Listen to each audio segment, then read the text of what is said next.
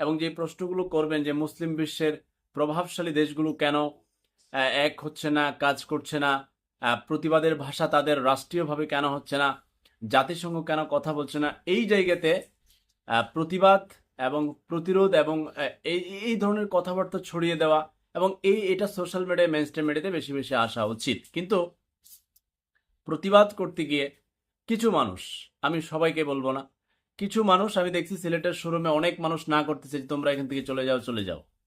কিছু অতি উৎসাহী, সেটা অন্য কোনো কৌশল হতে পারে, অন্য কোনো খারাপ উদ্দেশ্য থাকতে পারে, যা করে পুরো আন্দোলনকে আপনার লাইনচ্যুত করে ফেলছে। এই জায়গা থেকে একটু খেয়াল রাখতে হবে। আর যেই বাটার দোকানটা বলেন, ওই যে দোকানটাতে আপনি যাচ্ছেন ক্ষতিগ্রস্ত করেন, এটা আপনারই প্রতিবেশী, আপনারই ভাইয়ের দোকান।